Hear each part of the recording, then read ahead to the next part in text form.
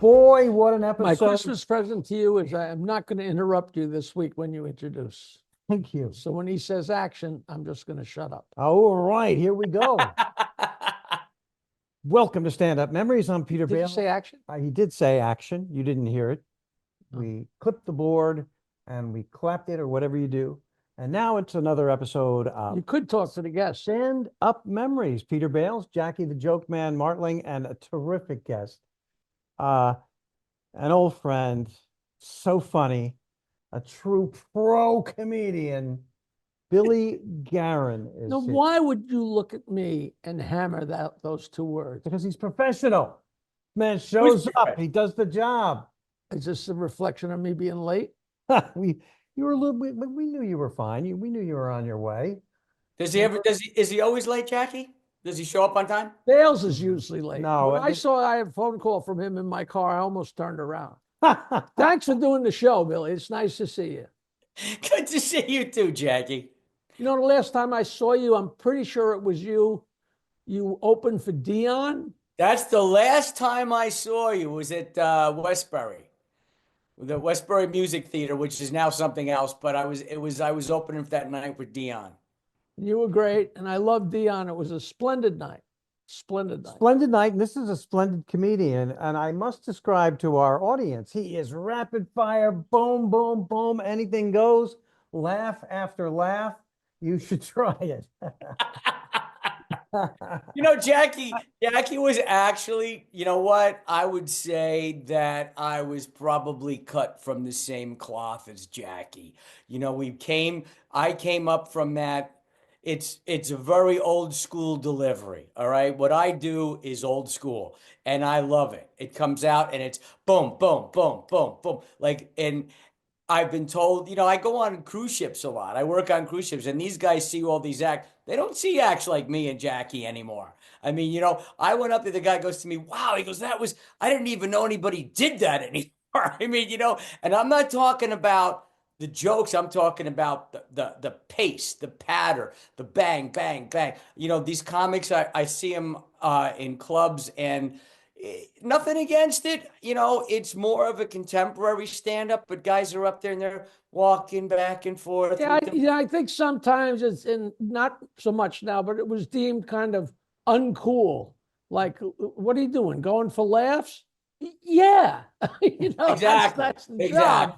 That's the job. Well, what you guys don't do is tell stories, and you've got laugh after laugh after laugh, and you say old school. I immediately thought of Phyllis Diller, of course, who was in the style of Bob Hope, and she spoke openly about wanting to get 4 or 5 laughs a minute. A minute. What a high standard. And you're not messing around. You know, I wrote for her. Phyllis Diller? I wrote for Phyllis Diller. I drove her around. And I got the form to submit jokes to Ms. Diller. And it said, and A jokes get $3 and B jokes get $1, which I thought was a joke. And I sent her a bunch of stuff, and I still have it. I still have it. She sent me a check for $13. Wow. 4 A gags and 1 B gag. And I actually wrote to her. I actually wrote back and say, there must be some mistake. I got a check for you for $13. She wrote back, like, no mistake. That's what I'm, you know. Really? But I mean, even in 1975 or in 1980, that still was a minuscule amount of money. No, back then they were paying $50 a joke, right? Rodney paid. Rodney did, you know. Paid $50 how much a was joke. Rodney paying? $50 a joke? Yeah, $50 a joke. And then it went up later, didn't it? I don't know. When we all got started doing comedy, we all had to have day jobs because there wasn't that much around yet, and we weren't that good enough yet to get all the work we wanted. So I needed to pick a job that had basically the job had to have flexible hours. I could make my own hours. So I got a job driving limousines. And my boss he loved what I did. He loved the fact that I did comedy. And I got away with so much crap on that job. I remember I would always make my boss laugh. And one guy did something one night. I forget what it was, but he did something that the boss said. He said, "You ever do that again?" He goes, "You're fired." And the guy goes, "Billy does it all the time." And the boss goes, "Billy makes me laugh and you don't." All right. That's how I got away with that. But so one night, okay, I got a preliminary with a couple other stories about the limousine job. So anyway, I was doing limousines. So one night, my boss calls me and says, "Listen," he says, "I want you to pick up." He said, "I want you to do a job for me tonight." And I said, "I can't. I got a job. I'm working. It's my first paying Is job." this on Long Island, Manhattan, New Jersey? No, the limousine company was in Jersey, and it was always on the verge of bankruptcy. And it was in the back of a dollar rent-a-car lot. They had a little trailer that a drunken guy sat in there all night drinking and giving out jobs. Ah, The guy was amazing. He was drunk all the time, and he'd go, "You got to get over to the airport now." All right. And as long as he didn't drive, they were happy. They just kept him in there, and he did his job. So he says to me one night, my boss says, "Listen," he says, "You got to go pick up this guy for me at JFK, or take him to JFK." I said, "I can't. I'm working at Pip's Comedy Club tonight. I got a gig at Pip's." And he goes, "Oh, I heard of that place." He goes, "This is even better for you." I go, "For me?" He goes, "How's?" I go, "How's it?" He goes, "You're going to take my car. You're going to go to Morristown, New Jersey, pick up Mr. Bobo, pick this guy up and drive him to JFK. You're going to keep my car, drive from JFK to Pip's, do the show at Pip's, and then come home, pick up your car, drop off my car. You get paid to do two jobs. How can you beat that?" He goes, "You get paid to do the comedy gig and the limo job." I go, "That's perfect." So I go pick up this guy at his house. I take him to JFK. Now I got this giant limo to stretch. I pull up the Pips in the stretch limo. I pull up the Pips, and Marty, who was running, Marty was this, Marty Schultz was the owner, him and his brother at this time, because I think the father had retired. And Marty goes, "What is this?" And I go, "It's my other job." And he goes, "All right, just leave it right where it is, because between shows, you're going to take me to Nedick's and we're going to have hot dogs in the limo." I said, "Okay." So we did the show, finished the show. Between shows, me and Marty took the limo and we sat in the back and had hot dogs at Nedick's. Well, that's the best. That is life. that's fun. We should tell our audience, Pips was a small, really tiny club right on the water in Sheepshead Bay, Brooklyn, where a lot of people, in the grand scheme of things nowadays, it wasn't tiny. it wasn't super tiny, but it small. was pretty small. And a lot of people got their start there, It was including the Rodney first. It was Dangerfield, the first Joan paying Rivers. job. It was, we all worked in Manhattan at the time. You would get like $5 to do, a comedy night. You would go to the Improv. You would go to any of these clubs. Most of them paid like $5 or $10 to do a set. You got cab fare basically to go to, But Pips paid, and I think they paid $35 to do like a Friday night. Yeah, it was amazing. Speaking about the small pay for writing jokes, they had a framed picture on the wall with signed checks from Joan Rivers, Robert Yeah. Klein, Rodney Dangerfield, Brenner. Brenner, Steve Landisberg, people like that. Jose Feliciano, they used some singing act. I think Jose Feliciano was on that wall, and some other people too. And Rodney, all those checks were from those people that had played there. And the checks were for $10 and at the most $15. Yes. You But know, My claim to fame with Pips is I worked there one weekend and my album had just come out and I sold like 15 of my albums for $5 each. And I thought, I'm going to be so rich. I never sold that many again, ever. They never hired me again. And 20 years later, or 15 years later, I was in Atlantic City with Rip Taylor, and Freddie Stoller came to say hello. And he said, "Hey, it's nice to meet you. I'm a comic too. Hi, how you doing?" I said, he said, "What's your name?" And I said, "I'm Jackie Martling." And he said, "Oh, you're the guy that can't work Pips because you drink too much." I said, "How is that possible? The place is a den of iniquity. It's coke and pot and it was kind of like a badge of honor to be banned from Pips for drinking." Were you drunk that night? Is that what? I think I was pretty drunk. The problem is Pips is a 6-beer drive from Bayville.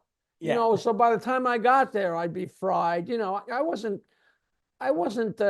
really using my head. It's a miracle I'm still alive. You know, Andrew Dice Clay used to come into Pips with his mother.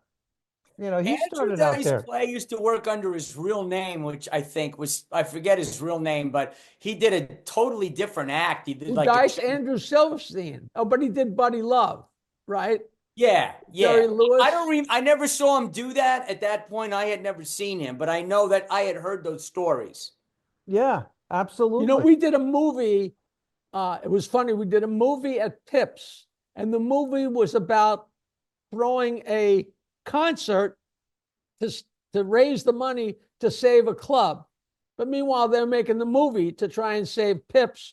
And somebody had a limo, and it was like Woody Allen and Pat Cooper and Colin Quinn, a whole bunch of us. But they had one limo. So the limo would pull up and drop off the celebrity and the videotape, and they'd go around the block and bring somebody else. It was hysterical. It was so funny.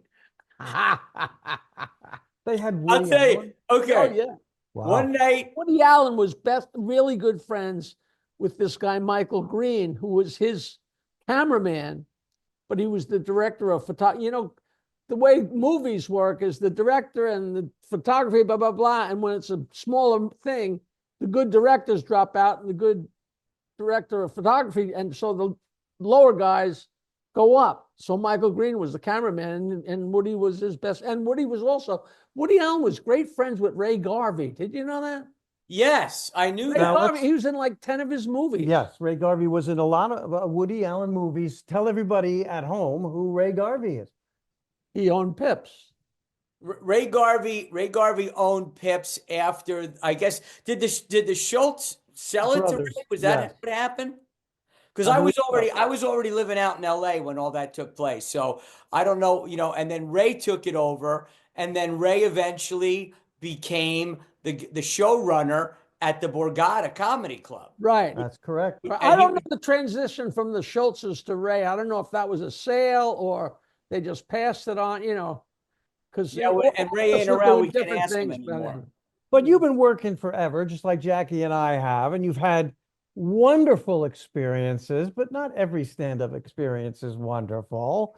Any horrible nights come to mind? Oh yeah, you know what? Let me tell you something, and you guys know this.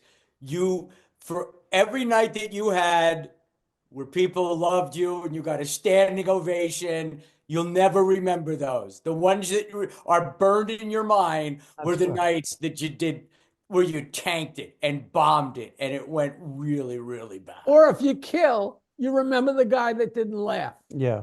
You know, the same thing, you know, same thing.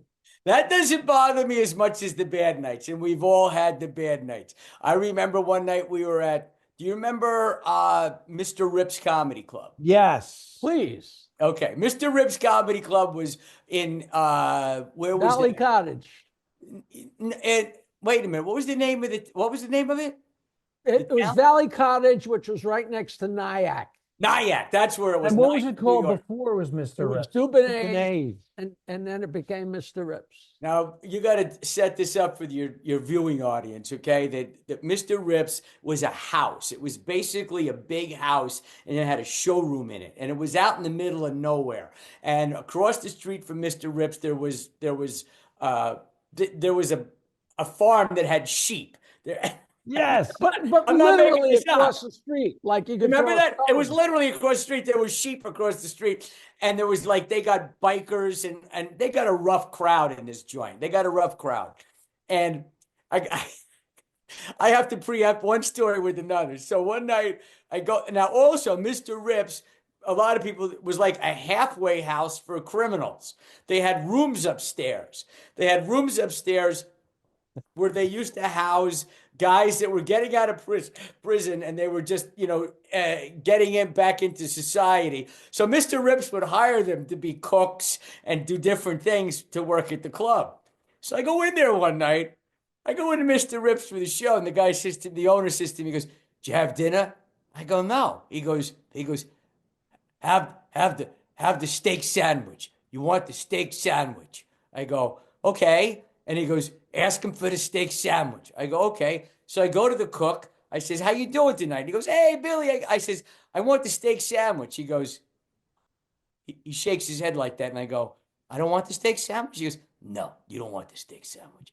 He goes, let me make this for you. Made me something else that was like a meatball sandwich. He goes, much better choice. I go, okay. I ate the meatball sandwich. So then the owner comes up. He goes, what are you doing? I said, I'm having dinner. He goes, you didn't get the steak sandwich. I said, I told you to get the steak sandwich. The cook said the meatball was better. He goes, don't listen to him. He's a criminal. That So was then- Gabe, the Russian. Gabe, the Russian. Now, one night I'm working Pips, and it's New Year's Eve. It's New Year's Eve, and I'm working there with T.J. Wells and some other act I can't remember. And T.J. is on stage bringing the acts up. He's hosting the show, and there was always a fight in that place. There was fights constantly. So this is New Year's Eve, and the bouncer who was there carried a gun, and he was also in bad shape that night. He was all beat up from a fight 2 nights before that at the club. So he said, look, he said, it's New Year's Eve, everything's under control. He says, I'm going to take off. So the owner goes, okay, you could go. It's going to be fine. Leaves. TJ's on stage talking to some people he's talking to the crowd. So he's bringing me up. As I come up to the stage, a woman grabs a glass and she looks at it and she says to another woman, she goes, you son of a bitch. And she takes her glass and throws the drink at this woman, misses the woman, hits the guy next to the woman. This guy gets up and goes, you freaking bitch. And then hit this girl's boyfriend gets up. They start, the whole place goes. The whole place is in it. This is as you're on your way onto the I'm stage. on stage. I'm on stage now. I'm getting to the stage. I go, hi, folks. How you doing? My show's just starting. The whole place is going into a brawl. It's in the middle of it, okay? There's chairs flying. There's crap. And I'm standing there. I'm just standing there watching this. And the owner is an Indian guy. He's going, do something, do something, do something. And I start calling the fight. I go, it's a right, it's a left, it's a fantastic throw. And this is happening. In the meantime, somebody calls the state police who were, I guess they were on readiness for that. And I would say within 6 minutes, maybe at least like 5, 6 squad cars pull up and state troopers all get out with batons and they all come running into the club and they're blah, blah, blah, blah. And everything stops. And the club, they said, everybody out, everybody out. So they shut the club down. Everybody leaves and we're standing there and it's in ruins. I mean, everything's broken, chairs, tables. Everything's busted. And the guy says to me, he goes, I cannot pay you. He said, no one paid, because nobody paid the check because the fight started just before I was the last act and we never got to the check spot. So the whole place had eaten, drank all night long. Nobody paid a check. And the guy was a sweetheart. The guy was a sweetheart. And you know what? He paid every act. Like over the next couple of weeks, we all I got a check like once a month for like a couple of months and he was a really good guy. Do you know his story? He was Russian. Gabe and his wife. But there was a bunch of different people that owned it, wasn't there? No, as far as I know, after the Schultz guys, not the Schultz guys, after the brothers sold it. Now, which brothers were they? Originally, it was called Dubonnaise, right? It was Dubonnaise. It was owned by 2 brothers, and they sold it. And this guy, Gabe, and his wife were both literally brain surgeons, but they were from Russia, and they couldn't work. They didn't have the right certification or something. And he's running this crap hole of a comedy club, and he's a brain surgeon. He was so nice, but he was very gruff. And it was a very interesting group. I was chatting up one of the waitresses, hard to believe. And I home with the waitress the way I always do. Warren Zevon. and I said to her, so where are you from? And she goes, Persia. And I'm an idiot. I said, there's no country today called Persia. Does that mean you're from Iran? And she goes, F you. And she just walked away from me. I didn't talk to me. I guess I hit a nerve, and that was also Dubonnaise, a club where a comedian we all know, Jeff Zabrowski, did a bit where he did a flip. He was an atheist wrestling with God, and he was supposed to do a flip. You're not real. You're not real.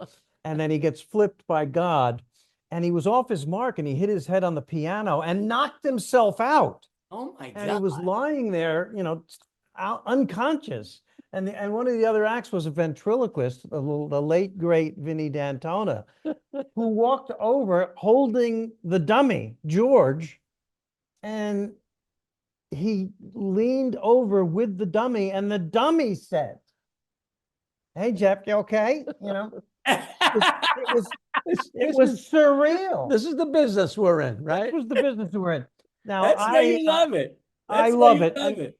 And I admire Billy. he keeps the old style alive, but it's just laugh after laugh. Everybody, all ages can love it.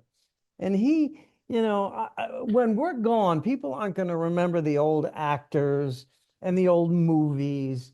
And I think in a way, I keep it alive and you keep it alive. Billy certainly keeps it alive.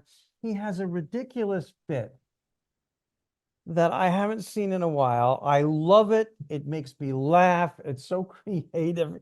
It's so silly. That's the point. Then Are you going to make me do the Billy Hackmeister wheel now? the Billy Hackmeister wheel. I want you to see this. He's going to we're not going to be technically adept here. And I'm explaining what's going on to our audio only listeners. But Billy Garan, who is a very good looking guy, staring right at us right now with a wonderful full head of hair. And If you say so. I say so.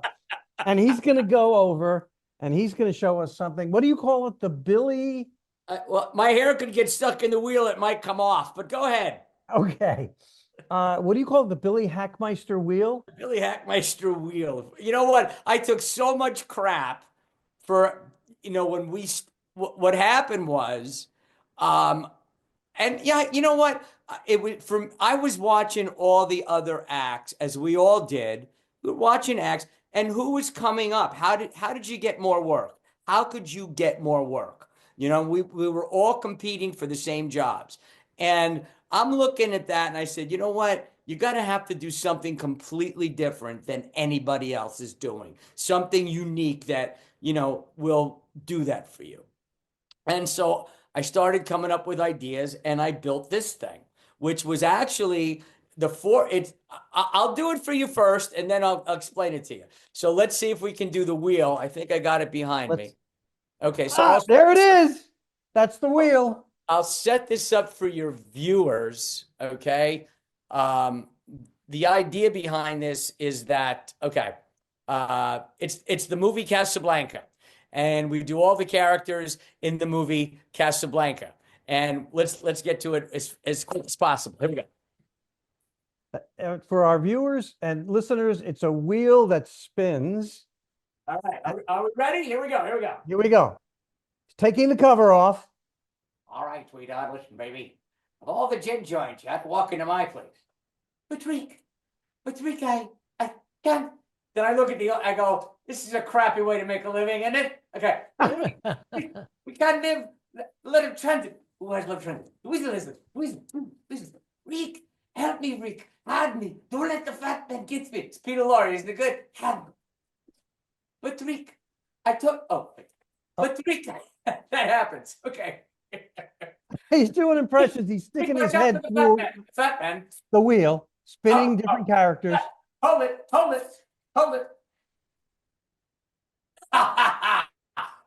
Listen, you'll never get a Casablanca live.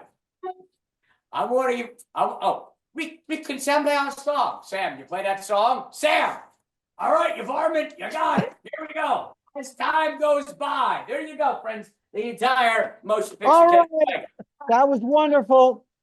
It's so goofy. That's great. It's a goofy thing. And that's the hook. So people say, oh, this guy was funny. What about the guy that did the wheel? That's something somebody can hang their hat on. Young people watching, and spread people watching or listening, go see Casablanca. You've got to know the movie. Older people know it. It doesn't matter. You know what? I do this thing on cruise ships.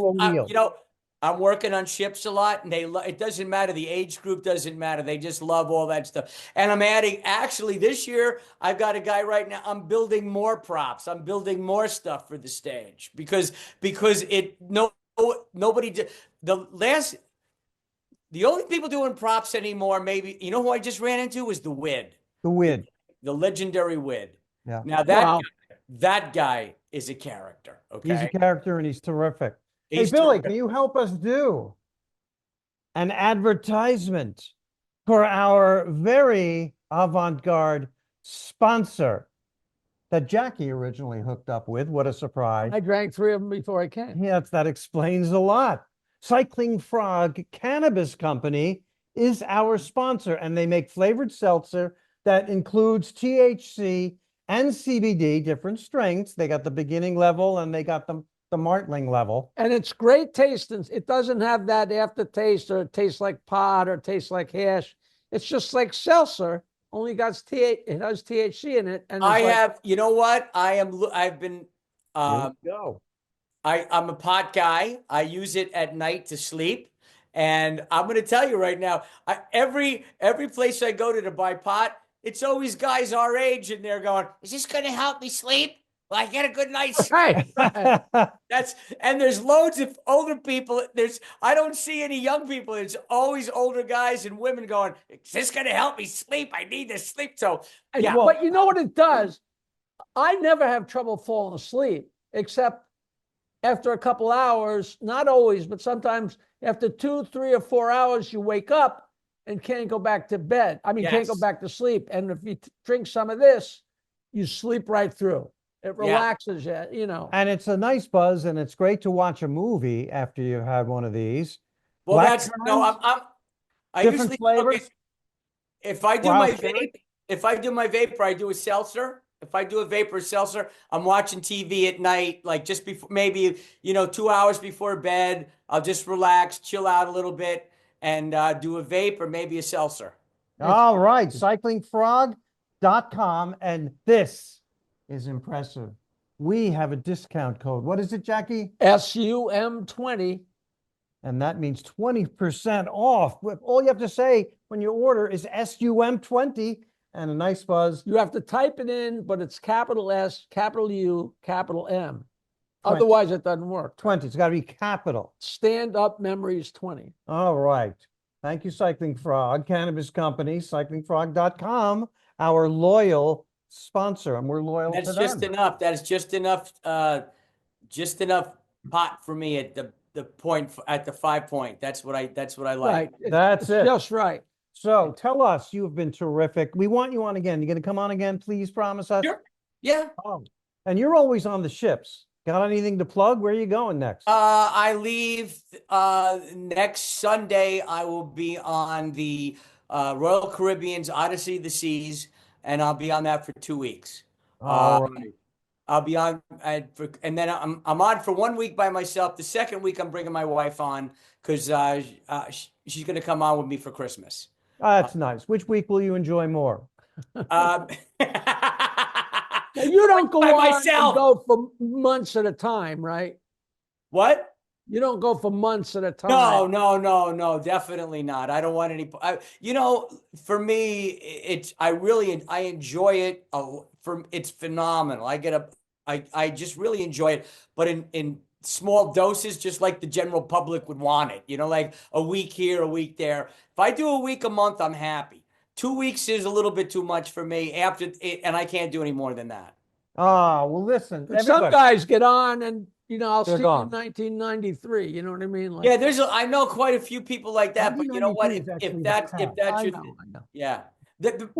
You know what? It's like anything else. You have to develop a lifestyle that caters to that. If that becomes your lifestyle, that's fine. But you have to learn how to live on a ship for I still like my land stuff too. So I like to ship once or twice a month, and the rest of the time I'm on land.